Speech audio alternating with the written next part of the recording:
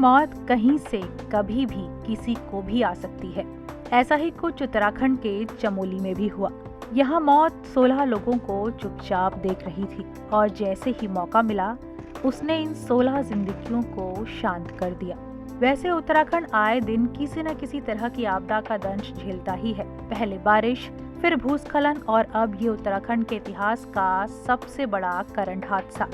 उत्तराखंड के चमोली में 19 जुलाई को जो भी हुआ वो पूरे देश ने देखा।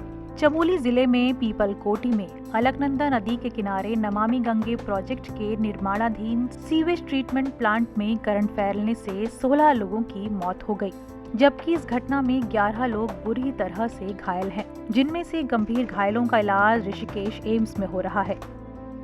ये वाकया 19 जुलाई का है, लेकिन इससे एक दिन पहले करंट लगने से ही प्लांट के केयरटेकर गणेश लाल की मौत हुई थी। गणेश की मौत पर मुआवजा मांगने के लिए ही बाकी ग्रामीण प्लांट साइट पर इकट्ठा हुए थे, लेकिन किसी को कहां इस बात की खबर थी कि मृतक के लिए मुआवजा मांग रहे इन लोगों की चंद पलों में ही करंट लगने से इतनी भयावह मौत होगी।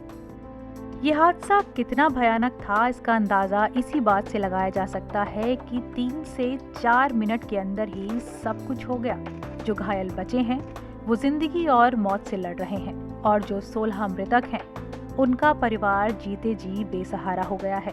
इस घटना में किसी ने अपना भाई खोया तो किसी ने घर का इकलौता कमाने वाला व्यक्ति गंवा दिया है। हालांकि घटना के बाद राज्य सरकार ने हादसे में मारे गए लोगों के आश्रितों के लिए 5 लाख और घायलों के लिए 1 लाख मुआवजे का ऐलान किया। साथ ही केंद्र ने भी इस भयावह हादसे पर दुख जताते हुए 2 लाख के मुआवजे की घोषणा की है।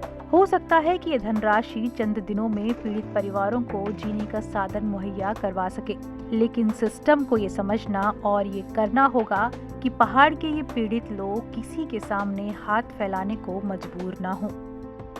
फिलहाल सभी मृतकों का उसी अलकनंदा के तट पर अंतिम संस्कार किया गया है, जिस अलकनंदा के सामने उन्होंने तड़पते तड़पते दम तोड़ा था। मृत 13 लोगों के शव आज एक साथ अलकनंदा नदी किनारे पंचतत्व में विलीन हो गए, जबकि 2 शवों का पैतृक घाट बालखिला नदी तट पर अंतिम संस्कार किया गया। वहीं पीपलकोटी एसआई प्रदीप रावत का अंतिम संस्कार रुद्रप्रयाग में उनके पैतृक गाँव में किया गया है। सरकार ने जाँच के आदेश दिए हैं। अब देखना ये होगा कि ये जांच किस निष्कर्ष पर पहुंचेगी, या फिर समय के साथ हम और आप और हमारा ये सिस्टम इस घटना को भी भूल जाएगा।